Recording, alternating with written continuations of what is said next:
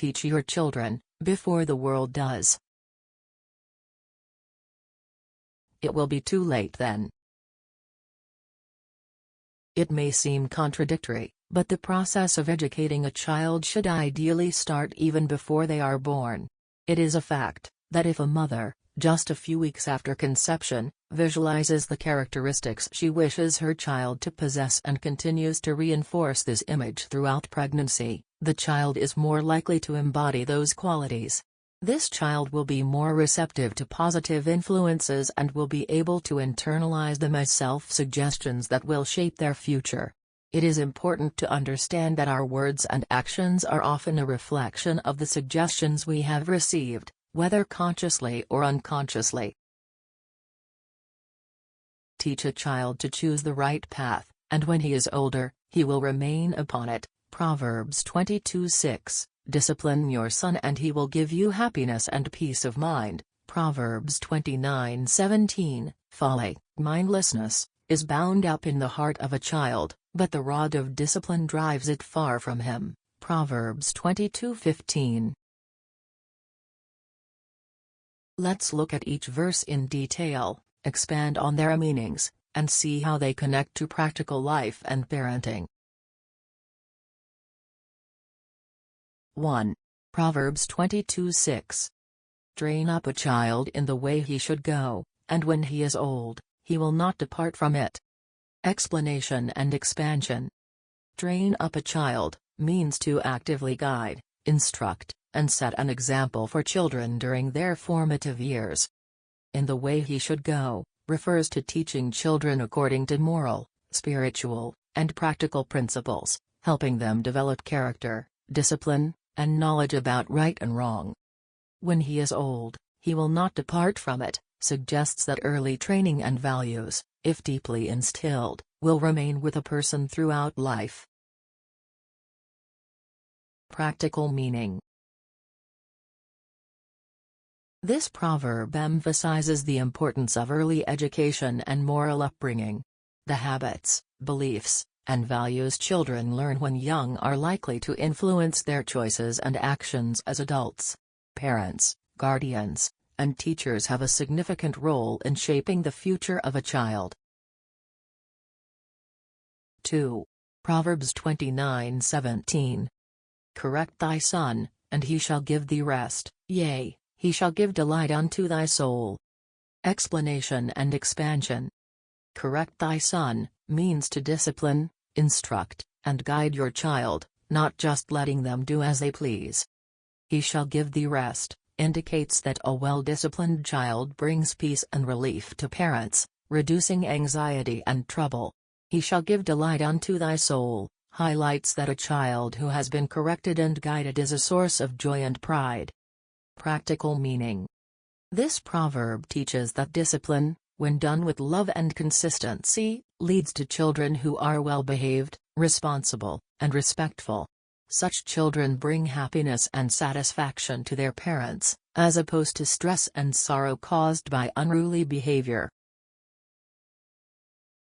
3. Proverbs 22:15. Foolishness is bound in the heart of a child, but the rod of correction shall drive it far from him. Explanation and expansion. Foolishness is bound in the heart of a child, means that children naturally lack wisdom and are prone to make mistakes due to inexperience and immaturity. The rod of correction shall drive it far from him, refers to discipline, not necessarily physical punishment, but correction and instruction, as a means to help children learn and grow out of their foolishness. Practical meaning. Children need guidance to overcome their natural tendencies toward immaturity and poor judgment. Loving and appropriate correction helps them develop wisdom, self-control, and understanding. Combined lesson. All three verses emphasize the importance of early, consistent, and loving guidance in a child's life. Good habits and values, when instilled early, tend to last. Discipline, when done properly, not only shapes children into wise adults but also brings peace and joy to their families. How then should parents, and those entrusted with the education of children avoid provoking bad autosuggestions and, on the other hand, influence good autosuggestions. In dealing with children, always be even-tempered and speak in a gentle but firm tone. In this way they will become obedient without ever having the slightest desire to resist authority. Above all, avoid harshness and brutality, for there the risk is incurred of influencing an autosuggestion of cruelty accompanied by hate.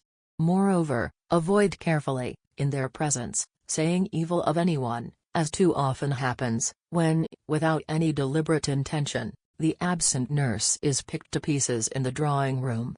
Inevitably this fatal example will be followed, and may produce later a real catastrophe. Awaken in them a desire to know the reason of things and a love of nature, and endeavor to interest them by giving all possible explanations very clearly, in a cheerful, good-tempered tone. You must answer their questions pleasantly, instead of checking them with "what a bother you are." Do be quiet, you will learn that later. Avoid criticizing children by calling them lazy or worthless, as this can lead them to believe those labels. Instead, offer positive reinforcement, even if it's not entirely true, to encourage better performance. Focus on promoting good health and resilience, rather than instilling fear of illness or the unknown. Refrain from instilling unnecessary fears or anxieties in children, as these can have long-lasting effects on their mental well-being. It is crucial for parents to carefully select caregivers for their children, ensuring they possess the desired qualities. Simply loving them is not enough. Instill in them a love for learning and working by explaining things clearly and adding engaging anecdotes. Emphasize the importance of work, as idleness can lead to negative consequences like weariness, disgust, and even criminal behavior. Children should be taught to be kind and respectful to everyone, especially those less fortunate, and to show compassion and generosity to those in need. They should also be encouraged to love and treat all people equally, without prejudice. Teaching selflessness and empathy will bring a sense of inner fulfillment that selfishness can never provide. It is important to instill confidence in children and to teach them to think rationally before making decisions, rather than acting impulsively. It is also essential to be open to admitting mistakes and be willing to change one's mind when new information is presented.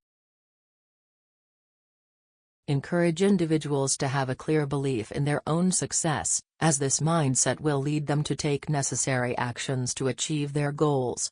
Those who doubt themselves are likely to miss opportunities, while those who believe in themselves often create their own success.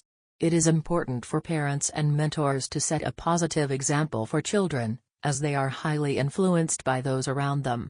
By instilling positive affirmations and suggestions in children, they can develop a healthy and successful mindset. Quietly approach the child's bed every night while they sleep, standing a few feet away and whispering instructions. Teachers should also give similar suggestions to their students every morning, emphasizing the importance of being polite, kind, obedient, and grateful for guidance. Following these guidelines will help you love your work, pay attention in class, understand and remember easily, and achieve good marks in your lessons. This will lead to the development of individuals with exceptional physical and moral attributes. Peace, now and always.